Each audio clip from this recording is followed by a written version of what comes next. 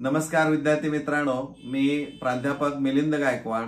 यश academy या YouTube चॅनलमध्ये आपलं मनपूर्वक स्वागत. आज आपण सीबीएसई बोर्ड या विद्यार्थ्यांना जी प्रामुख्यानं बेस्ट ऑफ 5 कॅल्क्युलेट करत असताना जी अडचण येते त्या अनुषंगानं व्हिडिओ बनवा म्हणून बऱ्याच वेळा विद्यार्थी आणि पालक यांच्या कमेंट येत होत्या.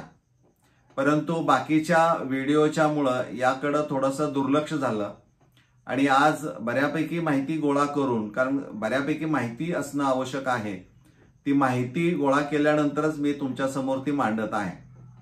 कारण नेमकेपणा त्यातला काय आहे हे आपण समजून घेणं खूप गरजेचं आहे. तर यामध्ये त्यांनी सांगितल्याप्रमाणे म्हणजे सीबीएसईच्या पॅटर्न प्रमाणे 2 लँग्वेजेस ह्या कंपल्सरी आहेत. उदाहरणार्थ आपण घेऊया इंग्लिश आणि हिंदी. तिसरा विषय असणार आहे मॅथ्स, त्यानंतर चौथा सायन्स आणि पाचवा असणार आहे सोशल सायन्स. म्हणजे हे जर 5 विषय त्याचे असतील कंपल्सरी तर बेस्ट ऑफ 5 कॅल्क्युलेट करताना याच विषयांचा विचार करायचा, लक्षात घ्या.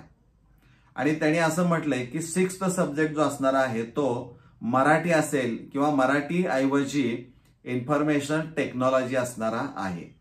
म्हणजे मराठीला पर्याय कोणता असणार आहे? इन्फॉर्मेशन टेक्नॉलॉजी असणारा आहे.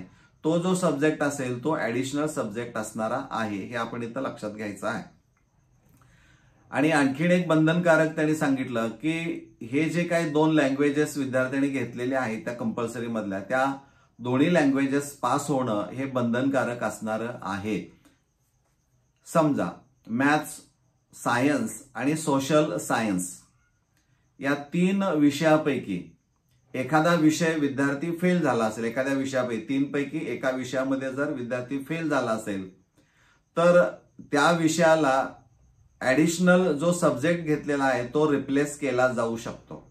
म्हणजे त्याच्याऐवजी जो ऍडिशनल विषय असणार आहे त्याचा तो रिप्लेस केला जाऊ शकतो. आणि त्यामुळं काही विद्यार्थ्यांच्या बाबतीमध्ये जो ऍडिशनल सब्जेक्ट आयटी आहे, आयटी सारखा विषय हा यापैकी एका विषयाला तो रिप्लेस करून तो कंपल्सरी मध्ये आलेला आहे. त्यामुळे काहींच्या मार्कलिस्टमध्ये आयटी हा बेस्ट ऑफ 5 मध्ये येताना दिसतोय, हे लक्षात घ्या. त्याचं कारण काय असणार आहे? तर या 3 पैकी जर एखाद्या विषयात तो जर फेल झाला असेल तर ऍडिशनल सब्जेक्ट हा तिथं त्याची जागा घेऊ शकतो आणि म्हणून तो आयटी सारखा विषय ऍडिशनल हा तिथं बेस्ट ऑफ 5 मध्ये काही मार्कलिस्ट मध्ये आलेला दिसतोय. हा एक यातला खूप महत्वाचा भाग असणारा आहे. आता यामध्ये त्यांनी असं म्हटलेलं आहे की समजा हे जे 3 विषय आहेत म्हणजे मॅथ्स आहे, सोशल सायन्स आहे आणि सायन्स, या 3 पैकी 2 विषयामध्ये विद्यार्थी समजा नापास झाला असेल तर या 2 विषयाची रिप्लेसमेंट कशी केली जाते? तर या 2 विषयापैकी एक विषय हा ऍडिशनल सब्जेक्ट असणार आहे. 2 विषयापैकी एक विषय हा ऍडिशनल सब्जेक्ट असेल आणि दुसरा जो विषय असणार आहे त्याला मात्र जे कंपार्टमेंट एक्झाम असणारे आहे, म्हणजे आपल्याकडं स्टेट बोर्डकडं जसं जून जुलैची सप्लिमेंटरी एक्झामिनेशन म्हटली जाते तशी त्यांची यावर्षी 15 जून ते 18 जूनच्या दरम्यान ही कंपार्टमेंट एक्झामिनेशन झालेली आहे. आणि या कंपार्टमेंट एक्झामिनेशनला त्या विद्यार्थ्याला बसून तो विषय हा कंपल्सरी सोडवाच लागतो. म्हणजे त्यामध्ये उत्तीर्ण होणं हे बंधनकारक आहे.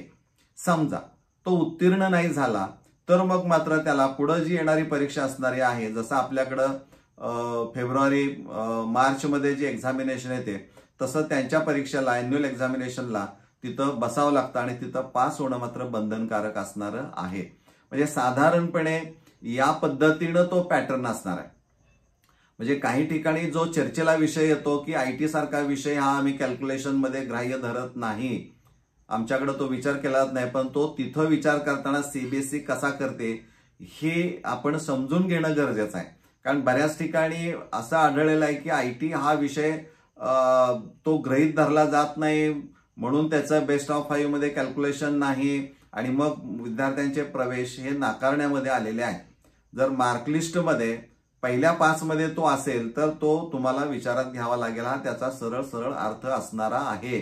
त्यामुळे इथून पुढे या विद्यार्थ्यांचं नुकसान होऊ नये यासाठी त्या प्रवेश जे काही देणारे लोक आहेत प्रत्यक्ष कागदपत्रांची पडताळणी करून तर त्यांनी ही गोष्ट जाणीवपूर्वक लक्षात घेणं गरजेचं असणार आहे. लक्षात घ्या.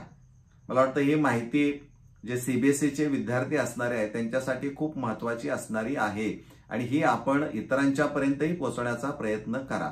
कारण बऱ्याच ठिकाणी यावर इश्यू निर्माण झालेला आहे असं दिसतंय.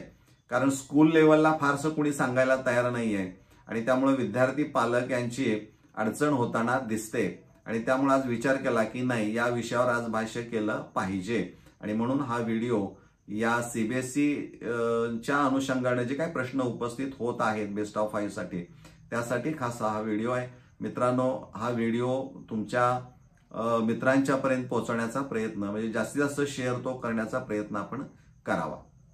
धन्यवाद.